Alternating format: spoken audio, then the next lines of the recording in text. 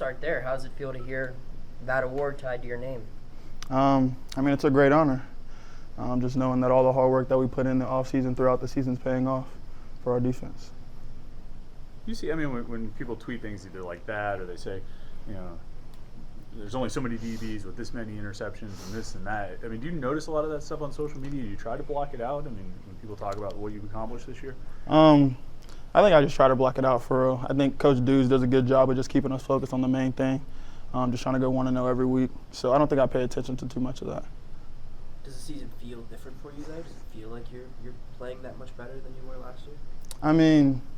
It feels different in just like my growth. I would say I feel like we talked a couple of weeks ago. Just our growth from last year to this year, just being more consistent in that. I feel like we've grown a lot in that.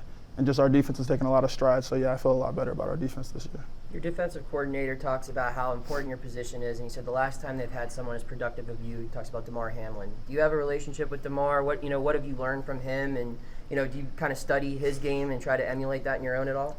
Yeah, he's the one who taught me how to play the position from the jump. So I can credit a lot of my growth, a lot of my abilities to him. He took me back when I was 2018 when I first came in here. Taught me how to play the position, taught me how to study film, taught me how to just the nuances of playing football, taking it from the high school level to the college level and trying to play on a high level like he did. So I credit him with a lot of my development at this position. Do you guys remain in communication? Do you still talk to him often? Yeah, when I get the chance to. I know he's busy playing with the Bills and such, so I congratulate him on all that. But when I can, I definitely reach out, pick his brain a little bit, see what's happening. Erick, it's a position with a lot of responsibilities. How long did it take you to really grasp all the things and what your role needs to be with the defense? I would say it might have taken me a little bit, but I think it's a lot different with not just my position, but defense overall, because it's not black and white. It's not like, okay, like offense, okay, this is the play, you run this route, you do this. With defense, it's kind of fluid. It's depending on what the offense does, depending on the look we get, where you line up, where your keys are type thing. So I think it's kind of fluid with how you learn and how you develop in that position. What's the toughest part of playing that position? You mentioned a couple of things there, but what's the toughest part? Yeah, I think the biggest thing is just space. You have a lot of space to cover. You kind of feel like you're on an island, similar to the corners. So I'd probably say that's probably one of the more difficult. Do you like that, being on an island? Yeah, definitely. How do you evaluate a game like Saturday night? You guys give up 17 points, but Randy said yesterday you had more big plays than you guys would like to allow in a game. When you look back at it, how do you kind of grade the defense for that game? I don't think we played bad, but I think obviously there's always stuff we can improve on. Like you mentioned, the explosives, we got to limit those, big plays, and I think we just got to be better on just winning our one-on-one matchups.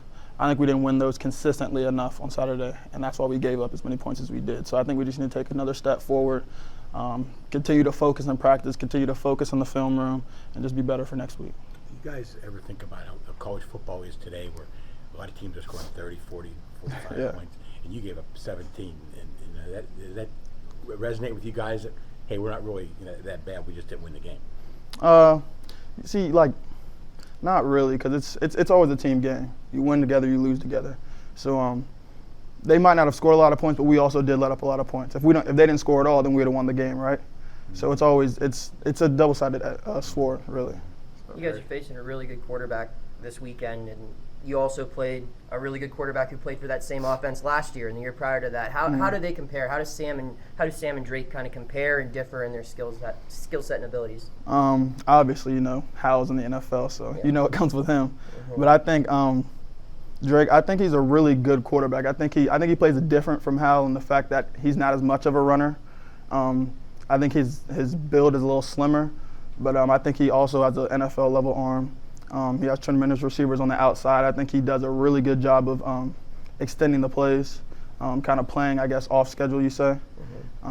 So I think we're going to have to really key in on that and be on our P's and Q's. When you see a young guy like him doing what he's doing as a freshman, are you as a veteran player in the collegiate level able to say, like, oh, he's going to be one of the top dogs when he gets older? Oh, yeah, definitely, especially when you're able to grasp onto something, especially offense, and I know they run a complicated offense over there in North Carolina. When you're able to grasp on it like that quickly and work at it at this high of a level, I think he's going to be a really good player in the future. It's not easy to make the transition, from high school to college. Does he ever look like a freshman to you when you watch film? Not really. I mean, everybody has their freshman moments. Everybody has their bonehead moments, whether it be a freshman or it be a fifth-year guy, a sixth-year guy. So I don't really look at it as a high school moment or anything like that. But I mean, I think he's developed like tremendously well. I don't think he plays like a freshman by any stretch of the imagination. I think he plays like a third, fourth, fifth-year guy. It seems like all the battles you guys have had with Carolina come down to a play here or there. Yeah. And what have those games been like? And Downs is a guy who's been around for a few years. What makes him so challenging? I just think he's a dynamic receiver. Whether it be his route running, his ability to create separation, his catch, his yak. I just think he's really dynamic with the ball in his hands. And as for North Carolina, I think it's just they play hard, we play hard. It's kind of always one of those games. I don't really consider it maybe a rivalry as much as like another team, but I think they play hard, we play hard. We're always both at the top of the Coastal. So it's just kind of one of those games where it's like, okay, we're really going to have to grind this out. We're really going to have to play for 60 minutes, and may the best man prevail. How was the mindset in the locker room after three defeats? Just got to keep going. We can't let it get the best of us, because then 3 turns into 4, 4 turns into 5, and so on. You know what I'm saying? So I think we just got to chalk it up. Okay, this is what we need to do better. This is what we need to do better moving forward, and then just move on.